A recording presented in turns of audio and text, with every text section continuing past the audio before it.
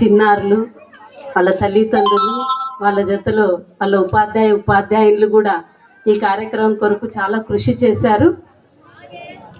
కేవలం విద్య అంటే పుస్తకాలు పట్టుకొని చదవడం, రాయడం, పరీక్ష అనేది విజ్ఞానం కొరకు, వినయం కొరకు, విధేయత కొరకు. ఈ రోజుల్లో మనం చూస్తున్నాము అవన్నీ ఎంత ఉన్నాయి అనేసి. కాబట్టి స్థూలమైన విద్య ద్వారా వాళ్ళు చెప్తారు, మా సబ్జెక్ట్ చెప్పేకే మాకు టైం లేదు, చదివేకే మాకు టైం లేదు, మిగతా విషయాలు మేము ఎక్కడ నేర్పించాలి అనేసి. అలా తల్లిదండ్రులు, ఉపాధ్యాయులు సబ్జెక్టు వరకే పరిమితం అవుతూ ఉన్నారు. ఏదో కొద్ది మంది మాత్రం వాళ్ళ యొక్క సెల్ఫ్ ఇంట్రెస్ట్ ద్వారా పిల్లలకి మంచి మంచి విషయాలు చెప్తూ ఉంటారు.